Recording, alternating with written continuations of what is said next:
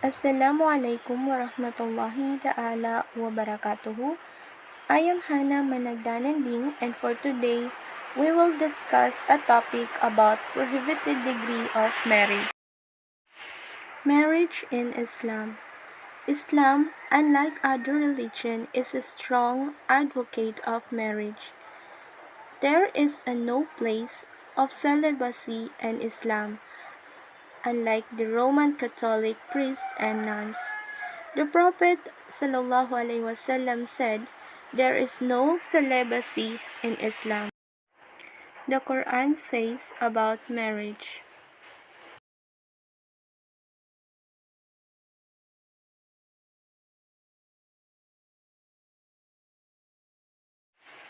"And Allah has made for you mates and companions of your own nature, made for you out of them, sons and daughters and grandchildren, and provide for you sustenance of the best."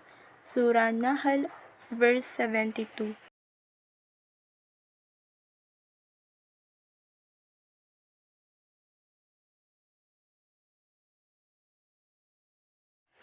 And among his signs is this, that he created for you mates from among yourselves, that ye may dwell in tranquility with them, and he has put love and mercy between your hearts. Verily, in that are signs of the Prophet, peace and blessing of Allah be upon him, said, "O young people, whoever amongst you can afford marriage, let him marry. Whoever cannot afford it, let him fasting, for it will be a shield for him." Fat al-Bari, Book 9, Hadith 8, and Muslim, Book 2, Hadith 1018. A woman is married for four things. That is her wealth, her family status, her beauty, and her religion. So you should marry the religious woman, otherwise you will be a loser. Reported by Abu Huraira and Bukhari. The prohibited degrees of marriage is divided into two. Number 1, permanently prohibited degrees, and number 2, temporary prohibited degrees. In permanently prohibited degrees, the former as contained in Surah Nisa, verse 22 to 24, it consists of 15 sets of people that a man or a woman must never marry the following. Number 1, his mother or her father. Number 2, his stepmother or her stepfather. Number 3, his grandmother or her grandfather whenever on the side of his mother or her father. Number 4, his daughter or her son, and his granddaughter or her grandson, his or her descendants. Number 5, his sister or her brother of the same parents or the same father or mother. Number 6, his father's sister or her father brother, aunt or uncle. Number 7, his mother's sister or her mother brother, or aunt and uncle. Number 8, his brother daughter or her brother's son or pamangkin. Number 9, his sister's daughter or her sister's son or pamangkin. Number 10, his or her foster mother or naalagaan siya ng ibang mother. Ayon dito, no man or woman, as the case may be, shall on the ground of fosterage marry any woman or any man connected with him or her through some act of sucking where it had been instead an act of procreation. The woman or man would have been within the prohibited degrees of consanguinity and affinity. If there are cases na during nung baby ka pa, may ibang mother yung nag-alaga or nag-feed sa'yo, hindi mo pwedeng maging asawa ang sino man sa kanila, including his husband or yung mga anak niya. Because it is belong to the permanently prohibited degrees. Number 11, his foster sister or her foster brother. So, tulad ng sinabi ko kanina. Number 12, his foster mother sister or foster mother brother. Or yung mga anak ay mga kapatid ng nag-alaga sa'yo nung baby ka pa. Number 13, his wife mother or her husband father. Or yung mother-in-law mo or father-in-law. Number 14, his or her step-daughter or stepson. Number 15, his son's wife or her daughter's husband. Let's proceed in temporary prohibited degrees. A Muslim man must not marry the following. A man shall not marry, number 1, two sisters as wives at the same time. No man shall have two wives at any one of time who are so related to each other by consanguinity, affinity, or fosterage, that if either of them has been male or marriage between them who have been illegal in hukum Shariah. Number 2, a man should not marry a woman and her aunt as wives at the same time. Number 3, a woman who is already married and should not incite her against her husband. The Prophet ﷺ said, "Whoever incites a woman against her husband is not of us." Sahih Abu Daud. Number 4, a man should not marry more than 4 wives at one time. Ibn Umar reported that Ghailan ibn Salam has 10 wives when he embraced Islam. Allah's Messenger ﷺ told him, "Keep 4 of them and divorce the rest." Number 5, a woman during his Ida, a period of waiting. Ang Ida ay isang waiting period na kailangang gawin ng babaeng Muslim after ng death ng kanyang asawa or divorce. The Quran says, "For those men who die among you and leave behind wives, they, the wives, must confine themselves, spend iddah for 4 months and 10 days, or 130 days. Verse 234, chapter 2, or Surah Al-Baqarah. The exemption is if the widow woman is pregnant, then her waiting period or iddah ends when she gives birth to the child. Number 6, marrying an adulterous woman except she had demonstratively repented. So, pwede niyang pakasalan ang isang nakiapid na babae kung ito ay totoong nagsisisi.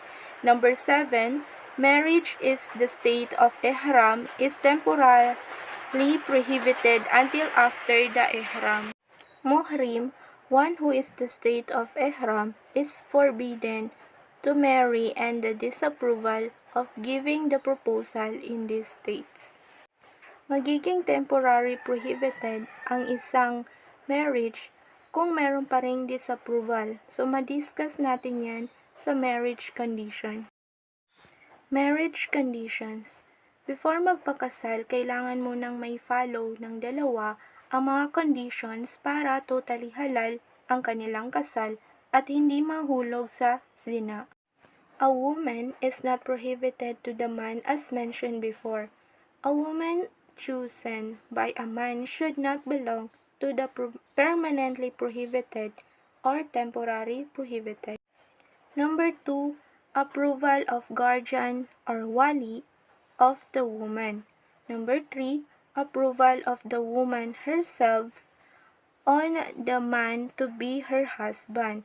Number 4, two witnesses' presence while writing marriage contract.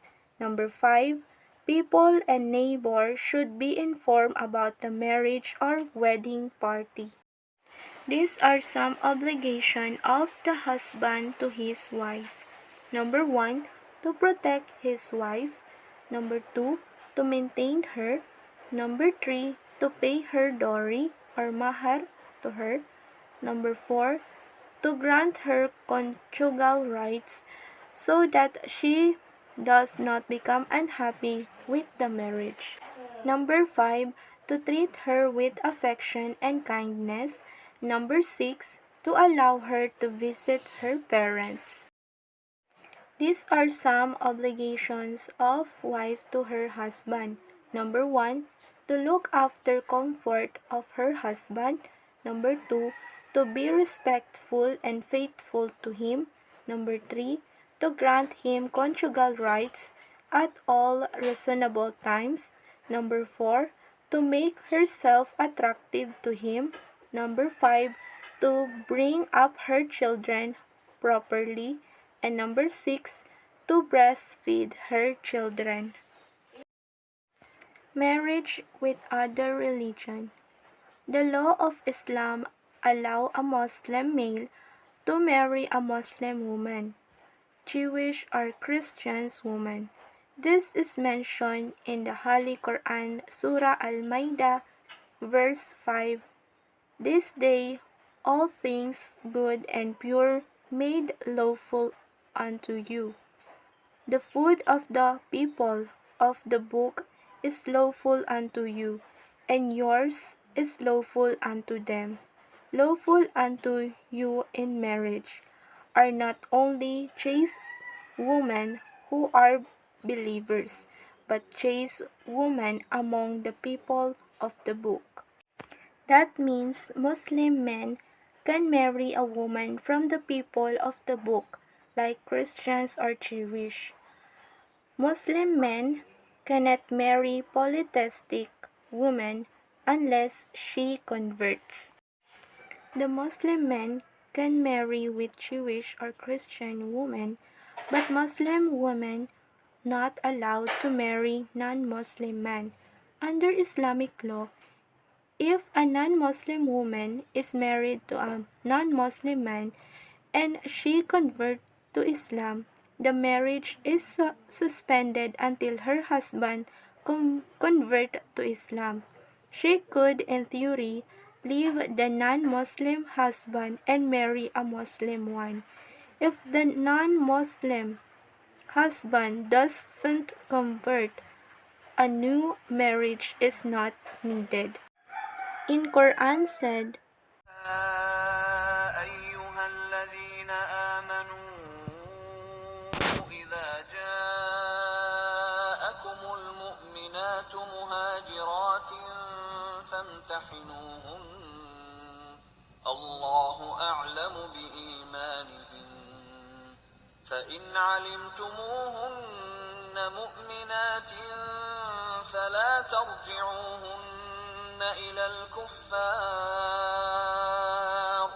لا هن حل لهم ولا هم يحلون لهم وآتوهم ما أنفقوا ولا جناح عليكم أن تنكحوهن إذا آتيتموهن أجورهن ولا تمسكوا بعصم الكوافر واسألوا ما أنفقتم وليسألوا ما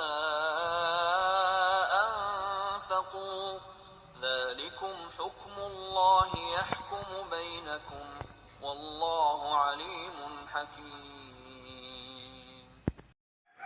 in Quran said, O you who believe, when there's come to you believing women refugees, examine and test them, Gods know best as to their fate.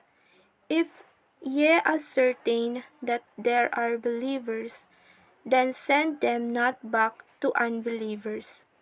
They are not lawful wives for the unbelievers, not are the unbelievers lawful husband for them, but pay the unbelievers what they have spent on their daughter, and there will be no blame on you if ye marry them on payment of their dower to them. But hold not the guardianship of unbeliever woman. Ask for what you have spent on this daughter, and let the unbeliever ask for what they have spent on the dower of a woman who come over to you. Snatch in the command of God. He judges with justice between you, and God is full of knowledge and wisdom. Surah Al-Mumtahana, verse 10. And that's all for today. Wassalamu alaikum warahmatullahi wabarakatuh.